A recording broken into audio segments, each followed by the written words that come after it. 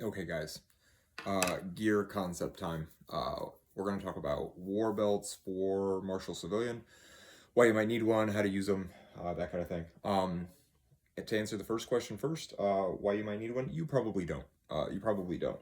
Um, I think this is, for me at least, this is the piece of kit that I use probably the least. I specifically got this after receiving a German military surplus tanker suit, kind of a coverall thing, for cold weather hunting that didn't have any belt loops or pouches or anything, pockets around the hips. So I needed something to help me carry a pistol as well as some extra gear. I got this both with for that specific purpose and then with the additional thought that like, oh, I can use it for square range stuff, right? And they're good for that, right? You can carry around the stuff that you need to drill at the range. But to me, I want gear that I'm gonna use. Operationally is not the right word, but like it's got some real world usage to it, um, and then is easy to train with. So while I will use this for like if I'm teaching a rifle class, I'll typically use this if I'm working pistol stuff because pistol stuff for me is from concealment. I typically work it from concealment, right? Um, this is going to excel in carrying gear around your waistband, obviously, when concealment is not a requirement. And I know that I'm not going to be working around vehicles, right? So if I'm doing some type of static defense, if I'm doing, let's say things have gotten weird and I've got a man at a checkpoint or a defensive hard point or something like that, something like this coupled with low pro chest armor, right? Could make some sense, right? Maybe I don't need the whole chest rack. Maybe for whatever reason I don't have a rifle or don't need a whole chest rack. Um, this is going to fill that need. And you can already kind of see like how contrived this is. It's also something I can use to supplement a chest rack, and that might be a place where this fills that gap. Um, like I said, I feel like it's a little bit of a stretch to kind of see how this fits in. And again, this is a me thing, right? So like if this fits for you, rock and roll. I did want to give you some feedback on this particular belt because I do think it is a good example of a belt. But as far as philosophy of use, like if I had to pick one piece of a gear to make evaporate, like this would probably be it for me, right? There's other stuff that I use way more often. Um, well, that being said, this is from AWS. This is their SME, so subject matter expert belt, which is a pretty grandiose title for a belt kit. It is hook Velcro on the inside, okay, and loop Velcro on the outside of this inner belt, right? So you weave this through your pants like you normally would. This comes with the SME when you buy it. Actually, not a horrible belt in and of itself. Like I've used this for EDC. It interacts well with my holster's DCC clips. There's no buckle. It's infinitely adjustable. So it's pretty good kind of value added. You are essentially getting that for free when you buy this belt. Now the party trick for this is because of its width. You can attach like normal belt style attachment. Pouches and holsters that are just designed to go onto a normal belt. You can put that on here.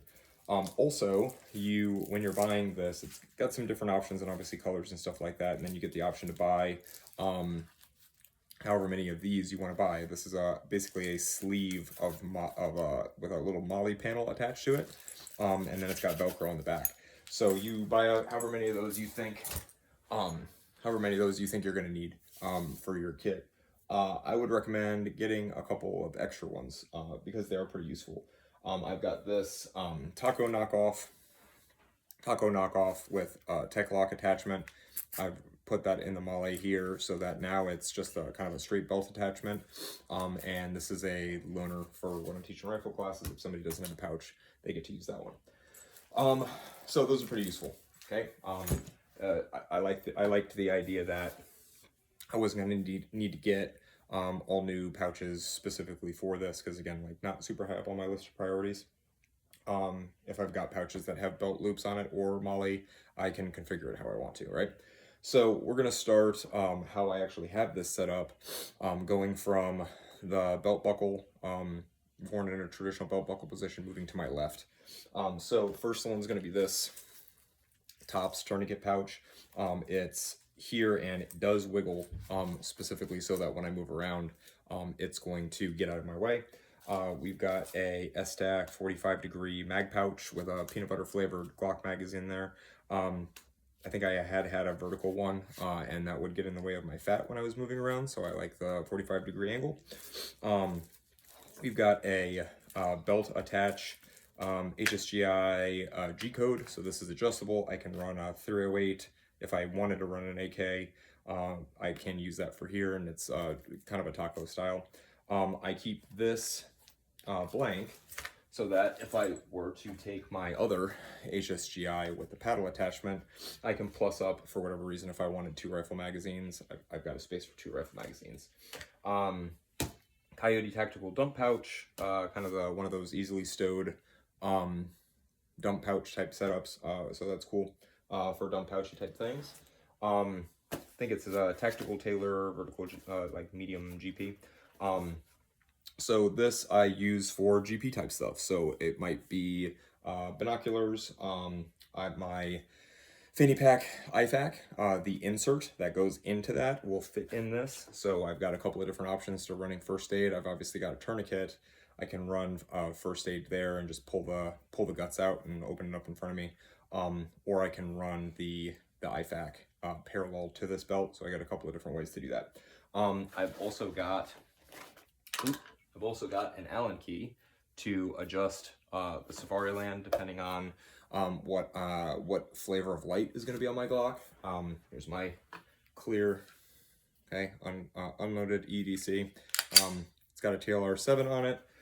Fits in the Safariland, locks into place, but does have some wiggle to it. Super annoying when I'm moving around, so I can adjust that tension. I was able to get the Safariland in multicam on sale for a Glock with like a TLR 1 or 3X300 style light. So got it for like 50 bucks. I think if you're going to have a exposed holster, it should have some type of active retention to it. Going downwards here, grenade pouch. Okay, what lives in here is a TLR 1. So the idea is that I can theoretically be wearing this as an EDC belt with my Glock in the appendix holster. For whatever reason, I'm like, I need to upgun. I'm going to slap this on. I can pull off the holster, pull the Glock out of it, slap this on so that the Velcro interacts with each other. I can switch out the light. Okay, I can put a 17 round magazine in this and have it just stick out a little bit, and then run that in the holster, and basically convert from concealed to overt with some rifle support and extra tools. At the end here, we've just got kind of a standard, carabiner to hang gloves into your pro and that kind of stuff. I've got a Sharpie on the back of here. That's pretty much it. If I wanted to improve on this, multi-tool would make a lot of sense. Maybe a fixed blade. I can see the benefit of having something on my left side to cut somebody off my gun, or just do general purpose fixed bladey type stuff. You know, if I was using this more, it would probably evolve a little bit differently. Oh yeah, and then the grenade pouch can in fact fit just barely one of the bigger Enola Gay smoke grenades for photography. So it's a good belt. It does what it needs to do. It does what I need it to do. What I need it to do is very little, seldom. Okay. If I was buying kit for a martial civilian, this would not be one of the first things that I would buy. But if you do have a need for a war belt and put some thought into it beyond the like, well, cool guys wear war belts when they go to the square range, this is a good example of a war belt. Really good value, modular. As you learn stuff or as your needs change, this belt can change with you probably better than most of them. So I do recommend this one. Comfortable, relatively cheap. I want to say you can get, depending on options, 100 130 bucks, and you're essentially getting 2 belts and a decent amount of those MOLLE panels for whatever you need them for. So pretty good value. All right, if you are interested in a war belt, this is a good one. If you're not sure if you should get a Warbelt, you probably shouldn't. So, all right, guys, more gear reviews coming. Thank you for your time.